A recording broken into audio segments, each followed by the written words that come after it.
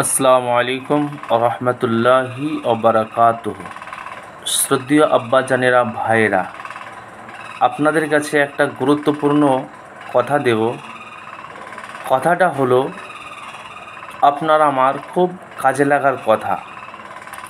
দেখুন, পৃথিবীতে মানুষ কদিনকার জন্য আমরা এসেছি, কদিনকার জন্য, এর পরেও আমরা মানুষকে কি করে মুখের দ্বারা ছোট করি, হাতের দ্বারা প্রহার করি, আহারের দ্বারা তাদেরকে কষ্ট দিই।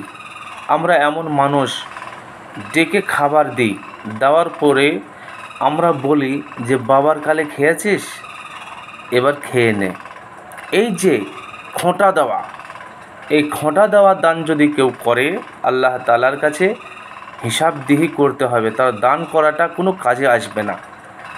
আজকের দিনে আপনার আমার মাঝে এরকম আছে যা মানুষকে ছোট করে, খোঁটা দেয়, অহংকার করে, মানুষকে মারে, মানুষের গায়ে হাত তোলে কি করে।